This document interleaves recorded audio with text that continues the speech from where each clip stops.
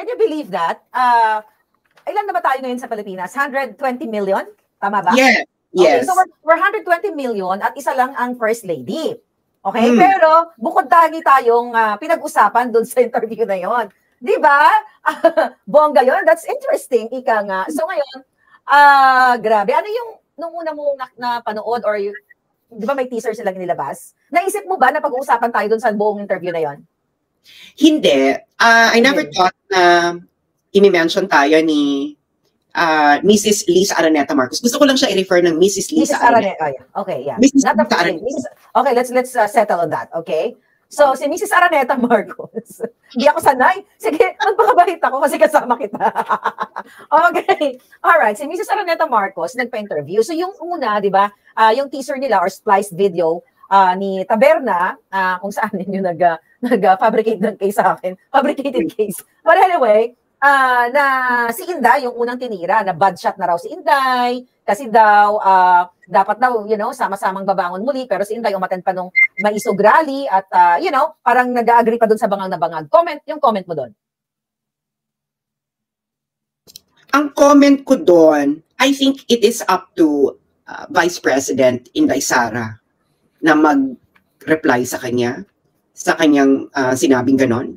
Ikalawa, hindi naman alam ni Vice President Sara Duterte na sasabihin niya ng tatay niya, ng mga kapatid niya. They were shocked, no? I think everyone was shocked na gagawin niya ni Duterte. At ikatlo, bakit lang si VP Inday Sara Duterte yung binoboljak niya doon? Eh, nandun din naman ang kanyang sister-in-law na si Senator Amy Romualdez Marcos na isang tunay na Marcos. Hindi ba? Correct. So, bakit siya nag-center kay Vice President Sara Duterte?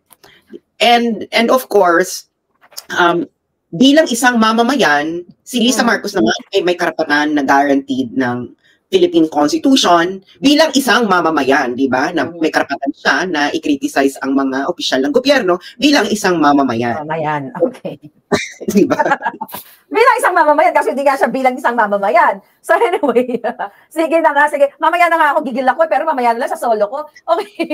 Alam mo, sa solo vlog ko. But anyway, okay. So yung unang pinag-usapan doon, ang gusto kong tanungin, yung kanyang hairdo.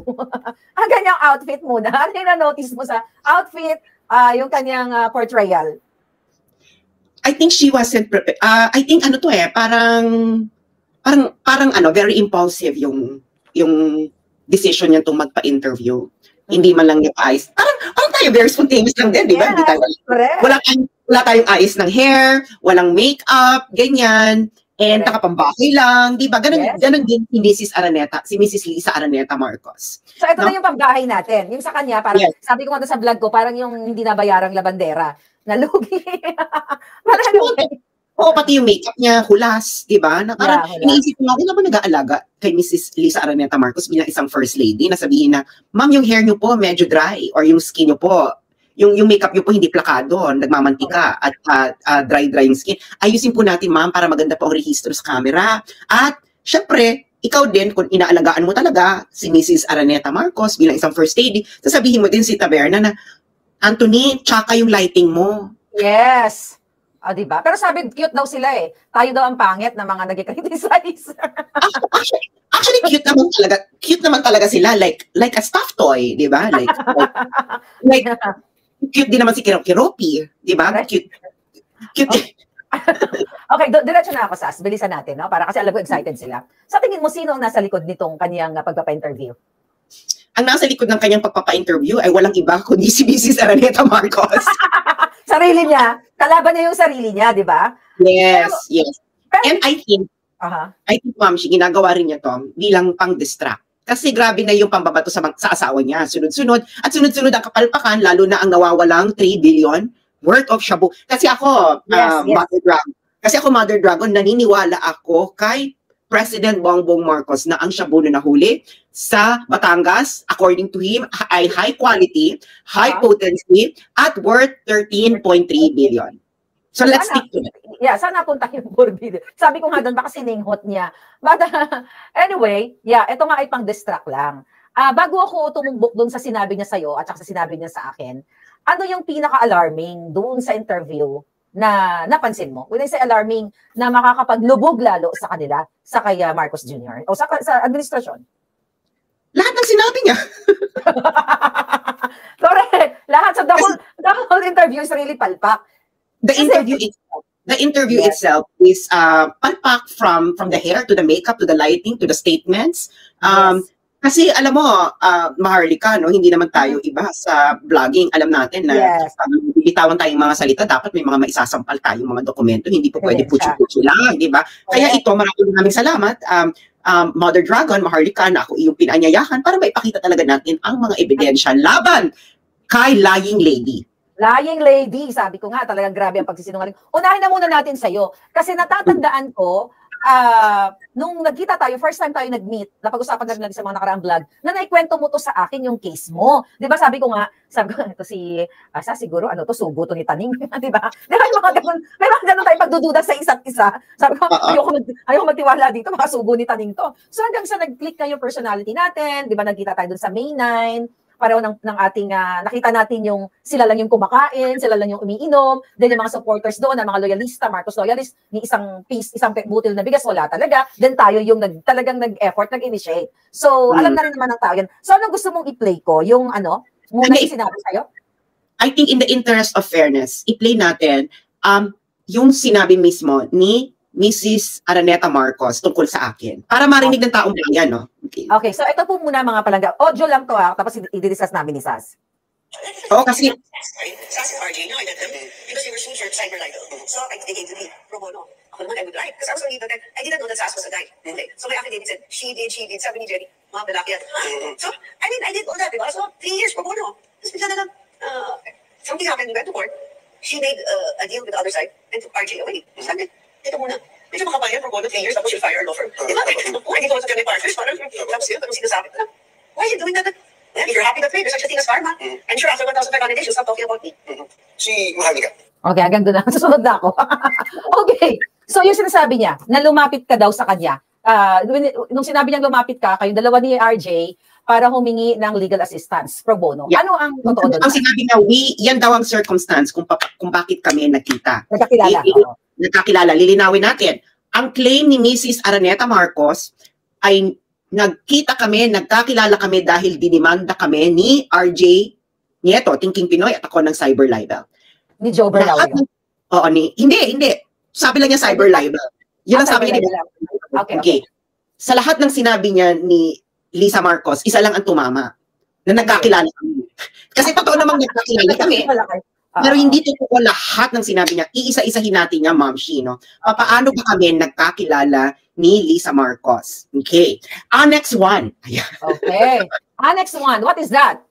Okay. Annex 1, ito po ay November 2017. November 16, 2017. Ako po ay umuwi ng Pilipinas from the Netherlands dahil ako ay naimbitahan na magsalita sa Davao City tungkol sa foreign policy. Ayan yung video, makikita niyo yan, sa crossroads, sa Holy Cross, Davao City. Ngayon, nalaman ni Franco Mabanta na ako ay uuwi ng Pilipinas. Si Franco Mabanta po ay ang PR noon ni Bongbong Marcos. Alam mo yan, At Mother yun, di ba? Yes. Ngayon, nag-arrange ng dinner si Franco Mabanta. Kasama ng mga vloggers yan, lahat yan. Oh, nandyan si RJ, nandyan si Lisa. Ayan si Lisa, lang sa dulo. Oh, nandyan ang yes, andyan ang yumaong Jojo Robles, nandyan si Franz Imperial. Ayan, nakita mo si Franz Imperial, nandyan pa. Yes. Oh, si Franco Mabanta, si Tom, si Mark Lopez, si attorney, everyone. Almost everyone. Si Boca katas likod. Okay. Ngayon, anong year to, by the way? That's November 20, 2017. Okay. November 20, 2017. Okay. Ngayon, ayan ano ang agenda ng meeting na yan? So makikita natin sa post mismo ni Thinking Pinoy, nag-post siya, dinner with Senator Bongbong Marcos and fellow bloggers, especially the very minor blogger for the motherland. Kaya may minor pa ha? Okay. Yes, may minor. So nakita nyo, ako ay nakaupo sa kanan ni Bongbong Marcos, di ba? Sila nag-arrange yan. Si Lisa Marcos ang nag-arrange ng seating arrangement na yan. Diyan ako pinaupo sa kanyang kanan. Okay. So anong agenda? Ayan Anong pinag-usapan nyo dyan? Ayan, no, sinulat mismo ni RJ Nieto, Thinking Pinoy, electoral protest, impeachment cases, yun yung, di ba may tumutunog na impeachment case nung laban kay Lenny, saka yung Yes. RevGov na, alam nyo, may panawagan ng RevGov niyan, 2017. So yan ang dahilan kung bakit kami nagkita at pinakilala ni Franco Mabanta sa pamilyang Araneta Marcos. Yes. Dahil nangangailangan sila ng tulong, okay? Sila ang nangangailangan ng tulong para maiparating sa publiko ang kanilang side tungkol sa electoral protest nila laban kay Vice President Lenny Robredo. Okay. Totoo yan, Ma'am Shi, di ba? Kasi nung panahon na yan, tae ang tingin ng mainstream media. Sa mga walang sumusuporta sa kanila. At, well, sige, alam naman ng tao na isa ako talaga sa talagang nakikipaglaban sa kanila. So, kayo, di ba, miniting kayo ng 2017, yun nga, dyan sa, para labanan na itong electoral protest na ito. So, eto Sas, ano tong next? Okay na ba tayo dyan sa susunod? Huwag muna tayo dyan. Kasi, ano tayo, Ma'am Shi? Mag-jump muna tayo ng annex, no? Punta tayo ng Annex 9. Okay? Okay. Yung 1, 2, 3, 4, 5, 6, 7, 8, 9. 9. Ito ba yun? Okay. Ito? Oo. Ay, hindi pa yan. Hindi yan, Ma'am Shi. Ito? Yung sunod yan. Ay, hindi. Okay, this one. Forward. I think forward ka dapat. Forward. Ito? Yung next one. Yan. Okay, So that's November 22, 2017. Ayan ang tinutukoy niyang cyber libel. Ang dinimanda dyan ay si Thinking Pinoy, si RJ Nieto. Okay? Ang nagdemanda sa kanya ay ang former Senator Antonio Trillanes. Diyan nagkakilala si Lisa Marcos. Yan ang kanilang unang circumstance. Yan ang tinutukoy niya, silang dalawa, no? Okay. Yan ang kanila, no? Si Lisa Marcos ang nag-provide ng abogado dyan kay Thinking Pinoy.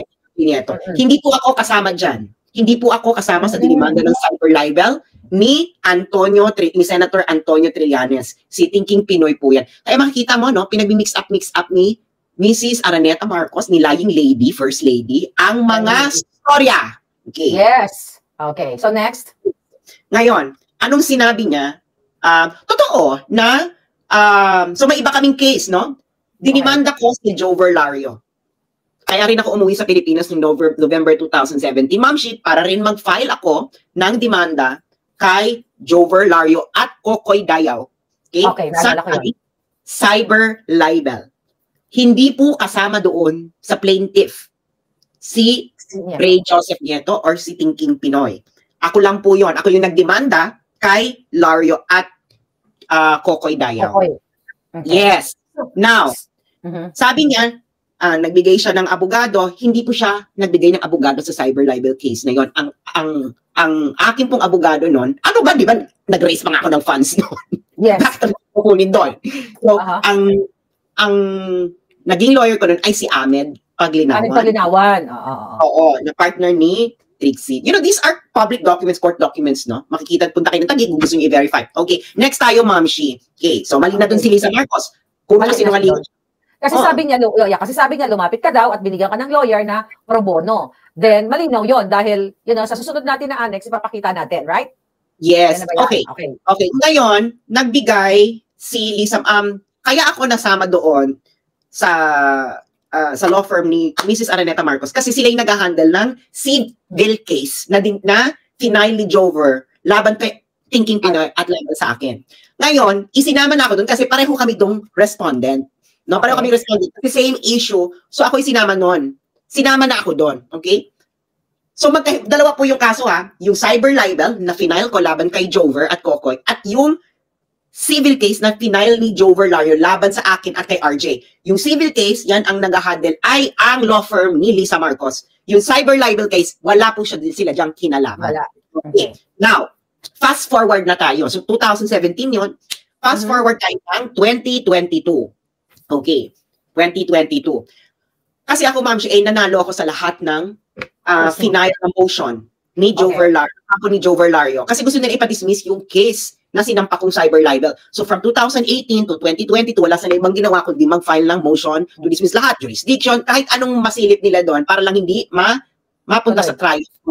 Yung kaso. Nanalo po ako doon sa lahat. So I stood triumphant. No? Wow. Hindi po yung sa West. Okay, May 2022, I believe it's May 2022. Yes, May 2022. Nagkaroon na ng hearing Sa lahat ng mga nakikinig dito may alam sa batas, mga lawyers. Okay? Ang unang-unang mangyayari sa inyong first day of trial ay ang judge ay i-recommend ang isang judicial mediated settlement. Judicial mediated settlement. Ngayon, lahat ng matitinong lawyer na nakikinig dito, alam niyo ang ipapayo ninyo sa kliyente ninyo. Yes, mag-explore kang mag-settle. Kasi pag nagsabi ka sa judge, ayaw mo mag-settle, mababad trip sa'yo ang judge. Kasi yun ang inutos ng judge. Humanap kayo ng paraan para i-settle yan dahil ang gusto ng mga judges ay hindi na magkaroon ng backlog ng cases. Okay? Sa kanilang mga korte. That is the fact. Okay. Now, nag-usap kami, no? Ayun ang gusto ng judge. Nag-usap kami, ako, si Jover Lario, si Kokoy Dayaw, at ang aming mga abogado. Isa lang ang hiningi ko doon, Ma'am Shi. Ano yan? Diretso kong hiningi. Mag-public apology kayo at i-address niyan sa nanay ko dahil nasa nanay ko sa inyong pinagsasabi. Yeah. Nag-public apology naman. Yes, nag-public apology. So, during that meeting, nag-offer, finload nila ang idea na baka i-dismiss na rin yung civil case laban sa akin. Sa akin. Yung magkasama kami ni RJ. Okay. Ngayon, June 28, 2022, kinontak ako ng lawyer namin ni RJ dun sa civil case. Ito yung lawyer galing kina Lisa. Ayan, good morning, Ms. Sasot. I'm attorney A. Hindi ko natin pagkatalan kasi hindi naman siya one of the handling lawyers of your civil case, Lario versus Sasot, would like to talk to you about the status of the case. Please inform me when is the best time to call. Thank you. Sabi ko, hi po, you can call me po. Okay, so 1:34 yan, 1:34 p.m. Tinawagan ako ni Attorney A. Sinabi ko sa kanya, ma'am, doon po kasi sa cyber libel case na sinampa ko, we are undergoing a judicial mediated settlement. Ganyan. Tapos tinanong ako ni Attorney A. Ito ang eksaktong tanong sa akin ni Attorney A. Maharlika, mga taong bayan. Paano si RJ? Sabi ko, ano po, tanong niyo po sa kanya kung ano gusto niya. Tinanong ako ni Attorney A. Willing ka bang mag-intermediary between Lario and Nieto para ma-dismiss na rin ang case laban kay RJ Nieto? Ano sabi mo? Sabi ko, tanungin niyo po si RJ kung ano ang kanyang kagustuhan. So, tinawagan niya si RJ. Ma'am Shi. Okay. After niya tinawagan ako ni RJ Nieto ni Thinking Pinoy. I think pakita muna natin yung... Teka muna, may message siya pa dito sa ilalim. Hi RJ, sabi mo, hi RJ, told me to talk to you. What does he want? 8:17. Ano yan? Kailangan timestamp chronology. So, 1:34 p.m., tinawagan ako ng lawyer. So, after niya, tinawagan ako ni Thinking Pinoy. So, babalik tayo dyan, ma'am. Babalik tayo dyan. Okay. So, punta tayo dun sa annex na pag-uusap namin ni RJ Nieto. Yes. Ito. Lakihan natin. Okay. Ay, pwede bang lakihan niya? Oo. Nakikita mo? Gusto mo ako magbasa? Yes, so yung anong sinabi, so ito muna ang context, Ma'am Shi. So tinawagan ako ni RJ, ang unang-unang bungad sa akin ni Thinking Pinoy, bakit mo ko nilaglag? Yes, naalala ko yun, kinuwento mo sa akin nung nasa Pilipinas. Alam niyo yan, consistent ako, iba mula 2020. Ngayon, nagulat ako. Bakit ako sasabihin itong nilaglag? Ang pag-uusap namin, nung abogado namin, is tanungin siya kung okay kay RJ na maging intermediary ako between him and Jover Lario. Gets mo, Ma'am Shi? Okay. And then he subjected me to verbal abuse, no? During that call. So, natapos ang call. At ako ay nag-message sa kanya. So, that's 6:21 p.m. Ano message ko sa kanya, Ma'am Shi? Sabi mo, kapag di na mainit ang ulo during the pre-trial of my libel case, the judge recommended na baka pwedeng mag-sorry na lang si Kokoy at Jover sa akin. They offered during a settlement meeting na in addition to the public apology, they will drop the civil case against me. Di kita nilaglag. This is a judicial mandated settlement of my libel case against Jover and Kokoy. The parties to that process is si Kokoy, Jover at ako.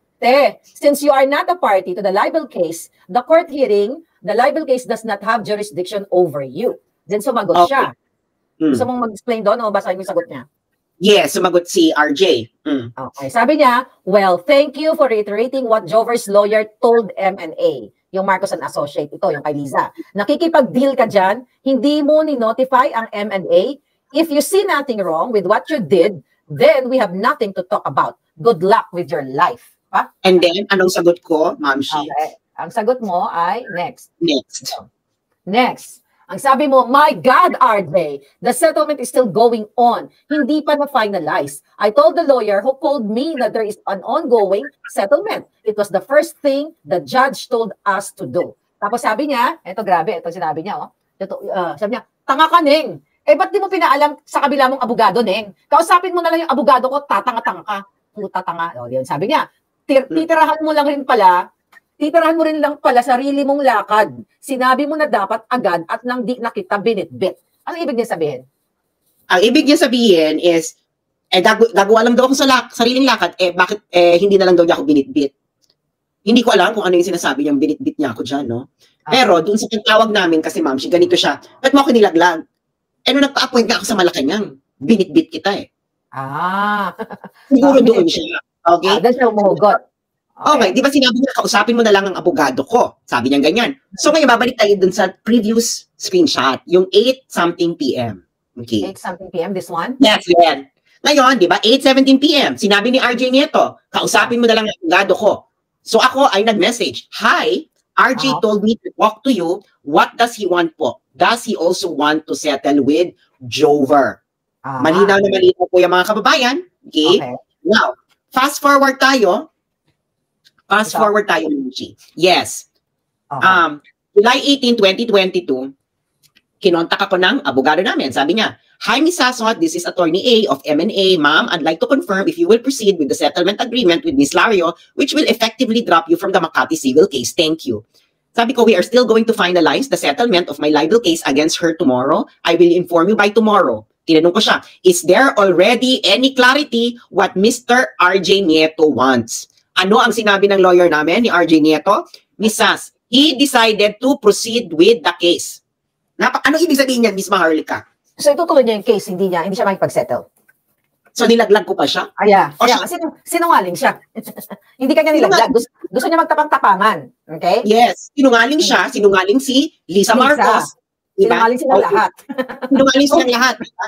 Okay. And then, next slide. Diba? Okay. So, tuloy ang pag-uusap namin ng lawyer. Sabi ko, attorney, we have already finalized today the settlement of my libel case versus Jover Lario. Sabi ng lawyer, okay, Ms. Sas, can I know the relevant portion of the agreement that pertains to the Makati civil case? Nag-send ako nung copy nung settlement. Ayan, in-email ko dyan, binlockout ko na lang yung buong email address. Receipt. That's it. Nasa ang part dyan, Ms. Maharlika, ang sinasabi ni lying lady, Mrs. Araneta Marcos, na final ko ang lawyer. Yeah, wala nga. Sinungaling nga, kaya lying lady. So, ayan yung ebidensya ngayon. Nakikita ng taong bayan. Actually, lahat ng sinabi niya doon ay kasinungalingan, even sa part ko. Di ba? So, ito ang live na, itong pag-uusap natin, para sagutin siya, para malaman, Sas, ng taong bayan kung sino ang nagsisinungaling at kung bakit, sabi ka kanina sa intro ko, 120 million Filipinos, nagtyaga siya, nag-spend siya ng time magpa-interview just to talk about you, me, Glenn Chong, Attorney Vic, but today, pag-usapan natin yung ako at ikaw. So, okay, Ma'am Sheik, sandali, ipapatuloy pa natin ito. Hindi pa tayo tapos. Di ba sinabi nila na nilaglag ko daw si RJ? Okay. Ngayon, hindi pa to alam ng karamihan sa mga Pilipino. Alam nyo na si RJ ay na-convict. Okay? Nakatulan siya sa civil case. So, natalo siya kay Jover Lario dahil sa kanyang inflated ego na ayaw niyang makipag-settle. Okay? Ngayon, pakita yung... Anong papakita ko yung motion. Yes, okay. motion. So, hindi kasi kasha dito, pero dito na lang. Hindi kasha hanggang 10 slides lang. Okay, so nakikita nyo yan, di ba? Motion to exclude. Makikita nyo rin to, pinost ko rin to sa aking Facebook page. Motion to exclude. Okay, ang date po niyan ay July 19, 2022. Now, makinig kayo mga kababayan. So, yung motion to exclude, yan yung final ng lawyers ni Lario doon sa korte. Ngayon, makikita nyo sa paragraph 3 kung bakit nila inoffer na iurong ang kaso laban sa akin. Paragraph 3, babasahin ko. Upon review of the judicial affidavit of Defendant Ray Joseph Nieto, it appeared that Sasot had no active participation in the preparation, writing, or publication of the blog blog post that is largely the subject of the case. Furthermore, while Sasot was expressly mentioned in the related video taken by Nieto as having contributed certain information, Nieto's testimony as being the sole author of the blog post appears to belie this statement. Hence, the parties agreed that Sasot's exclusion as a defendant in this case would be included among the terms of their settlement. Anong pagkakaintindi mo sa sinabi ng lawyers ni Jover Lario regarding that paragraph 3, Ma'am Shi? So, ibig sabihin, ay ikaw ay excluded ka na dito sa kaso niya. Dahil, oo, excluded ka na. Kaya napakasinungaling talaga dito ni Lisa. As simple as that. Pero dinadrag ka niya. Dinadrag niya ako, malino na malino sa court documents na ito na makikita ninyo. This is public court document, civil case number 1800772. Self-explanatory. Kahit yeah. So, paano ko nilaglag? Paano ko nilaglag si RJ Nieto, ito na mismo ang nagsabi na sa testimonya mismo doon, wala naman talaga wala akong, ibig sabihin, wala talagang kaso laban sa akin. There is no case against me that can be pursued. Yeah. So, hindi ba kayo masaya? Yeah. Diba? Well, you know, again, the intention of that interview ni Lisa talaga to divert the attention ng tao yung issue sa charter change, sa smuggling, sa kidnapping issue, sa pulburon. So, alam natin yan. Kaya nga, hindi tayo mawawala dyan. Akala lang ni Lisa ay madadivert niya yung attention ng tao, pero nagkakamali siya. At very super-duper low yung ginawa niyang magpa-interview. Sabi ko nga, alam mo, nung napanood ko, sabi ko, anong klaseng first lady to? Na may time siya mag-address sa mga criticisms. Normal lang na may kritisismo. Ang sabi nga niya, doon sa interview niya, like kung tama pagkaalala ko na si Marcos Jr. daw, ay nakayanan ng 30-something years yung kanilang mga nag-criticize sa kanila o nagbaba sa kanila. So parang how much more ngayon? How much more ngayon? Bakit nagpa-interview ka? To address your critics. Diba? Sinungaling pa. Diba? Kasi sinungaling talaga. Itong si Lying Lady, ako ay hindi po laway ang aking sinasagot sa kanya dito. Ang sinasagot ko po ay actual conversation na nasa aking telepono, actual Facebook conversation, at of course, public court records, court documents. So, ibig sabihin po ay si Lisa Marcos ay nagre-rely lang po sa kanyang imagination, sa kanyang saliva, at kung ano pa, hindi natin kung baka nasa alapaap siya ng mga panahon na yan, Ma'am Shi. Ako nakikita ko nasa alapaap siya, wala siya sa tamang katinuan. Alam mo yun, kasi, ewan ko, napansin mo yung train of thoughts niya, sabog, bangag, right? Magsasalita siya, tapos hindi niya tinutuloy, then talagang walang continuity. Yung kanyang, di ba, magsasalita ka sa isang topic, you have to finish first bago ka tumalon. But since sinungaling nga siya, lying lady nga siya, obviously, nasa alapaap siya, o baka may tinira siya. Hindi natin alam. Diba? Diba, pero yun na nga, mga kababayan, ginagawa niya to kasi dinidistract niya ang taong bayan. Kasi ito po ay normal sa politika para hindi po kayo nabobola. Pag may mga issue, malalaking issue, may tinatawag na lightning rod, no? Ngayon, lahat ay pinupukol kasi yung asawa niya yung asawa niya hindi sagot, nagpapanik na, di ba? Ganyan kasi si BBM, nagpapanik yan pag may stress. Nagpapanik yan pag may stress. Siguro gusto nilang tanggalin ang pressure kay BBM. So ngayon, nilipat kay Lisa. Kumuha sila ng clown to this, to every circus needs a clown. So kumuha sila ng clown. So ginawa nila is, tirahin mo lahat. Siyempre, pag tinira yung lahat, yun yung mapag-uusapan kasi ibablog ko, yung magre-reply ako, magre-reply ka. Reply si Sarah. Matatabunan ngayon ang issue na si Bongbong Marcos ay dapat subject to surveillance and drug bypass noong 2012. Yes, hindi natin iwawala yan. Gusto ko lang puruhan ngayong moment na ito. Dahil we are like 13,500 live viewers. Gusto ko lang sabihin, I know, narinig mo na rin binanggit ko yata yesterday, na nasa Office of the President, nasa PDEA, nasa Senado na ang letter nung investigating agent na supposedly na magsusurveillance o magre-raid kay Marcos Jr. doon sa Rockwell. Okay, ngayon natataranta na sila. Kasi, I know nanonood si Senator Bato at makakarating to sa kanya. Nag-usap kami through our common friend na mag-o-open talaga ng investigation si Senator Bato doon sa dokumentong yun na ipinakita ko na pinapalabas ng PDEA na ito ay AI-generated. So, kaya yun ang umiikot yung kanilang tubong, nararatel sila. Kaya siguro lumabas na si Liza. Di ba? Lumabas ang bruha. Kaya naman, agawin niya eksena. Yes. So ngayon, nagtatagumpay siya, pero dahil patola naman tayong pareho, mother. Ano ba patola?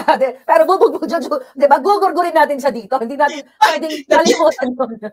Di ba? Pareho kaming patola, patola 1, patola 2. Pakatulan namin siya dito. Pero ibabalik pa rin namin ang tunay na issue ng bayan. Diba? So, pagbibigyan ka lang namin, no, Lisa Marcos, ng siguro mga 1 to 2 days, pero babalik ulit tayo next week. Babalik tayo sa real programming. At saka, apektado siya sa saltang bangag. Okay? Nabangag na bangag. Bakit naman? Kaya nga, alam mo, lahat, talagang halos lahat ng sinabi niya doon ay kasinungalingan, na hindi siya naaapektuhan, at yung mga tungkol sa smuggling, siguro sa vlog ko na yon. But again, gusto mo bang sagutin ko na yung sinabi niya sa akin? O may dadagdag ka pa muna? So, i-separate mo yan ng iyong sariling stand-alone. You want stand-alone? Sa'yo, para